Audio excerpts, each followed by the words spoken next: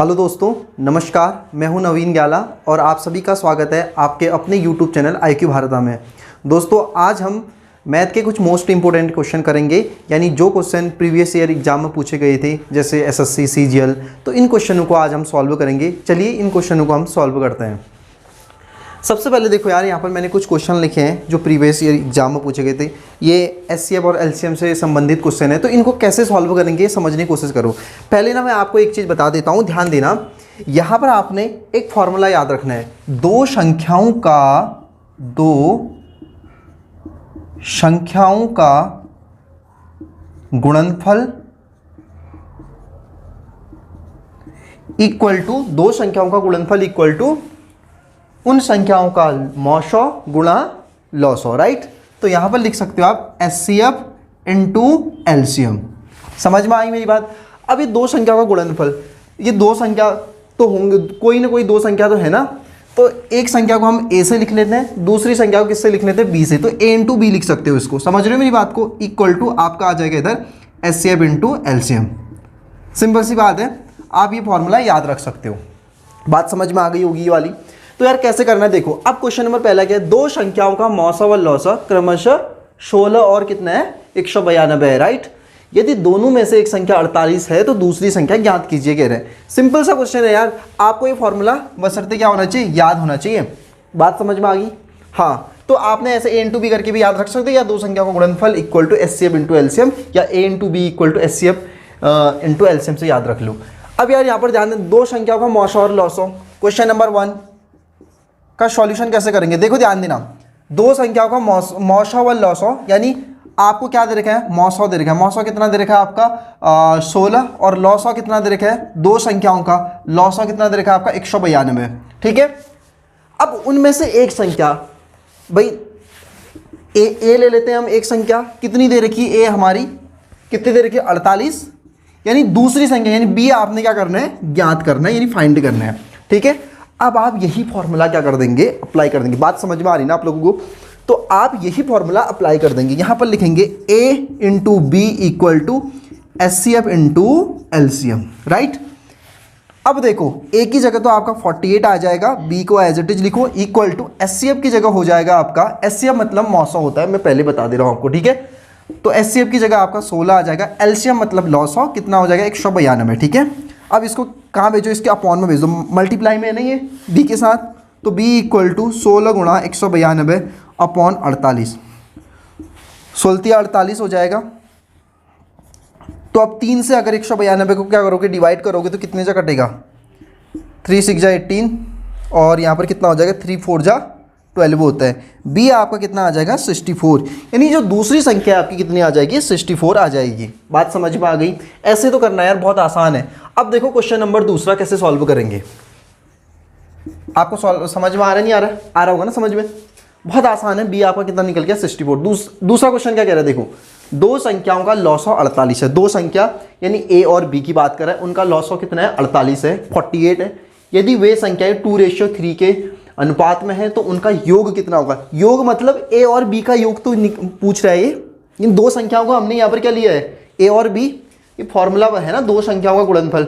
कोई दो संख्या यानी या तो एक A ले लिया, एक B ले लिया। आप एक X ले लो, एक Y ले लो, ऐसे भी कर सकते हो, ठीक है। इसे याद रखना आप इसको। देखो, दो संख्याओं का लौसा 48 बोला है उसने, दो संख्याओं का लौसा 48, यानी आपका LCM तो आपके पास कितना हो जाएगा, 48, ठीक है।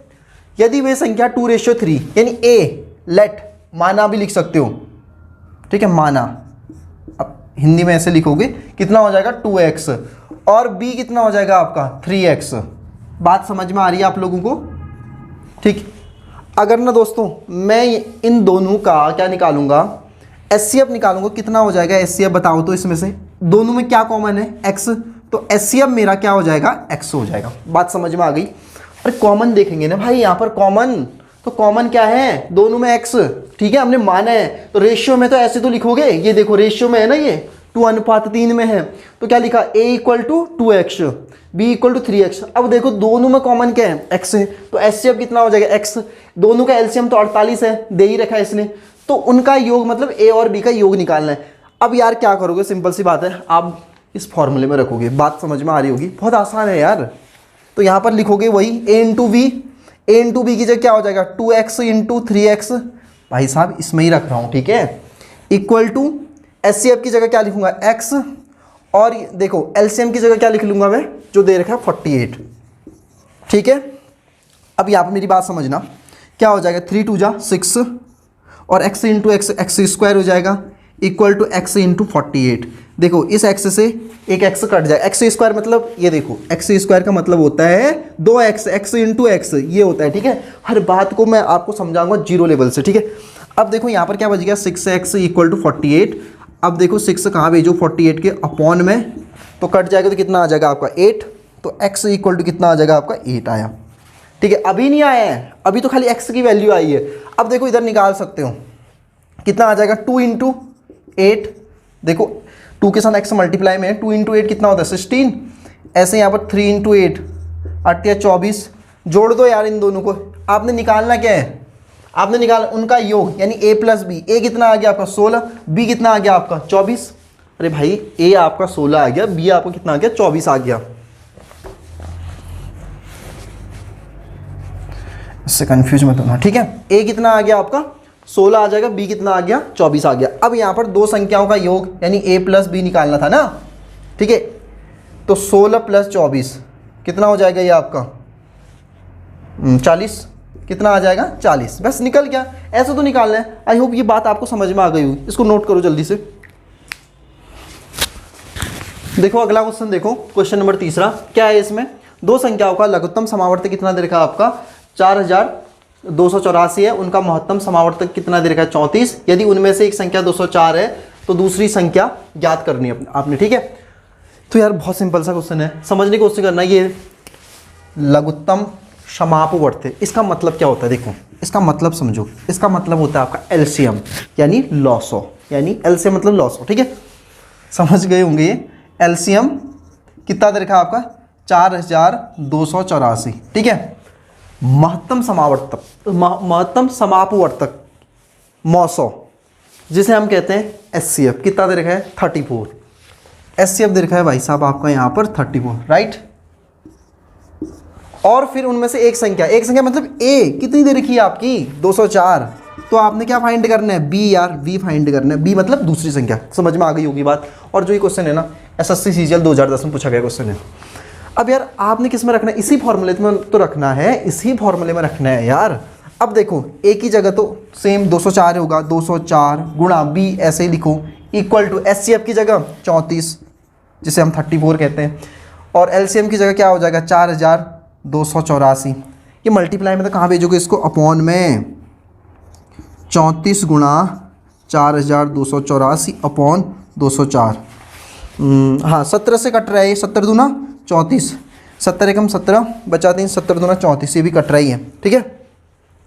अब यार देखो 2 से कट जाएगा 6 जा, 6 से काटो इसको, 6 से कितने जा कटेगा 6 7 जा कितना होता है आपका 7 42 42 होता है, 6 1 जा 6 और 6 4 जा, ठीक है 24।